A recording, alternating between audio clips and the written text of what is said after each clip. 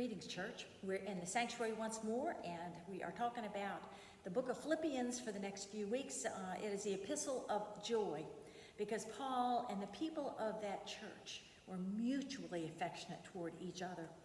We're taking one chapter a week for Sunday's worship, so this coming Sunday is the second chapter. I encourage you to read that ahead of time.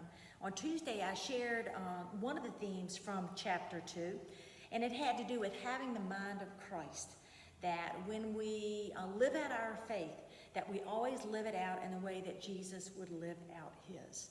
Paul set the bar high for them and for us. The second theme continues along that same idea about how we behave as followers of Jesus. But Paul does it in a way that it made me think about parenting. When my sons were growing up, I would teach them right and wrong and expect them to do the right thing. And I had one child that was very compliant. I never worried about him, but the other one, he just liked to push limits. And when he wasn't with me, I would worry about what he might be trying. And I told him curiosity killed the cat, but that didn't faze him at all. So then when he got a little older, I said, look, I pray every day that you will do the right thing. But I also pray that if you do not, that you will get caught. He hated that prayer, but it was the only way that I could readjust his behavior. And is kind of like a teacher that is going to be out, and she tells her class, you better follow what that substitute tells you, because I'll hear about it if you misbehave. You know, when the cat's away, the mice will play. And that's how Paul does it, except that he is reminding them of their behavior, doing it in a very positive way. He says in verse 12, what I'm getting at is that you should simply keep on doing what you've done from the beginning.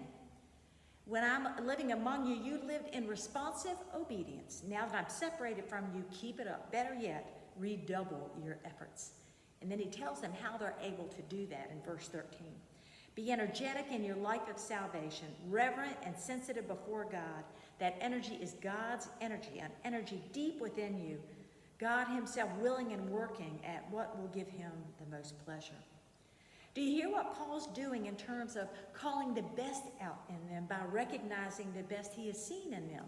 I mean, he could have started another way, and this what turns out to be his farewell speech to them. He could have started by saying, now when I'm gone, I know you could get into backsliding, you could start listening to the wrong teachers, you could start kind of misbehaving because I don't have my eyes on you. He could have pointed out all their weaknesses. Instead, he reminds them that it is God's energy flowing through them that will enable them to keep on keeping on in the faith. And then Paul adds a poignant line. He says, I want you to do this even if I'm executed. You see, he's in prison far from them, and he does not know how this will end, but he knows he may never see them again. So Paul is not just talking about hanging in there. He is talking to them not just how to simply survive, but to take initiative and to be the breath of fresh air, offering a glimpse of good living and a glimpse of the living God to others. And you won't be alone, Paul tells them, because when I'm gone, I'm sending Timothy. Now, Timothy's a young pastor. And Paul had worked with him and helped raise him up, and he's telling them to learn from Timothy, to listen to Timothy, to encourage Timothy, and to be partners in ministry with Timothy. And that's a wonderful thing. And then he says, why? And Paul says, because Timothy is the real thing. And then the chapter ends, the whole chapter, with mention of Epaphroditus. That's one, a member of the Philippian church that the church sent with Paul to be his partner in ministry. But while they were together, he got deathly ill. And now he is recovered. But Paul is sending him back to be back with his community of faith. And Paul says, look, you welcome him back.